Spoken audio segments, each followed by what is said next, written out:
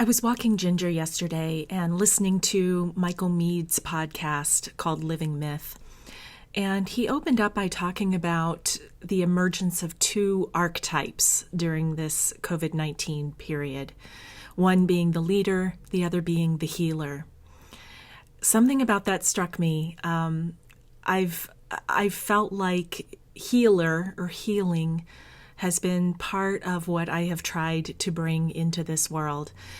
It's not healing in the medical sense, but more through my work as a coach and facilitator and mediator to bring healing to people's relationships, to their communication, to their to themselves. The self-compassion and being able to be, the best self that they can be, no matter what their station in life is or what their calling is.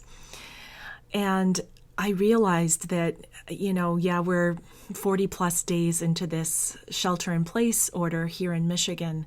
And it's been challenging. Me and my husband have been healthy, which I am super grateful for. Should I have said I and my husband?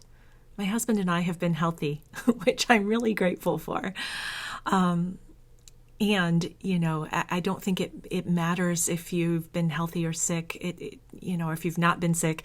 It takes its toll. It takes a huge emotional toll, a huge toll on your empathy and your compassion and absorbing all of the news and trying to stay on an even keel.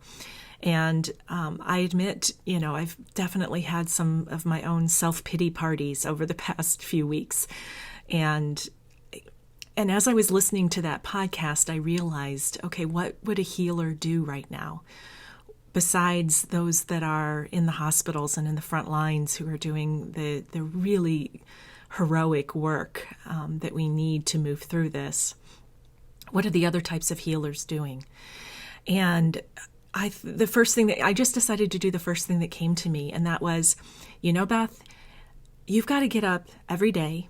You need to clean yourself up. You need to get dressed. You need to put on makeup. You need to fix your hair. Don't stay in your pajamas all day, even if you can get away with it. You've got to do something to start feeling more like yourself. And one of the things that I thought would help me to do that is make a video, not to add to all the noise that's out there. And, honestly, if this is for no one else but me, that's okay.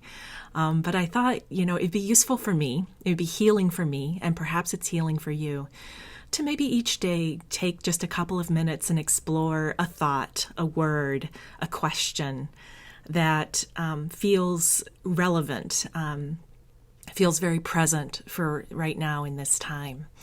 And I don't know how long I'll do this. I'm going to try to make a habit of it. I want to say I'm going to commit to every day. Let's see how it goes.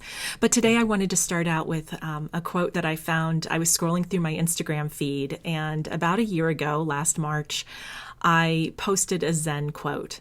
And it says, does it say the good news first? Oh, I have to look. Sorry. I thought I was ready for this. No. It says, the bad news, nothing lasts forever. The good news, nothing lasts forever.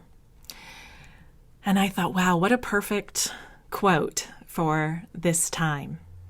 And I get what it's saying, the bad news, nothing lasts forever, because we often wish, how many times in your life have you thought, I wish this day would last forever. I wish this moment, I wish, every day was sunshine. I wish my pet could live forever. I wish people in my life could live forever. And, and we see it as bad news that they don't. What I want to say is that actually it's good news. I would almost take away, no offense against the Zen quote, but, I almost feel like the good news, nothing lasts forever, is really all that needs to be said. Because if we always had sunny days, if we always had these people in our lives, if we always had the pet or the moment that lasted forever, we would cease to have any urgency about anything. We would cease to have the intensity that we feel about that person, that pet, that sunset, that day, whatever it is. It would cease to become as special. If everything lasted forever, nothing would be special.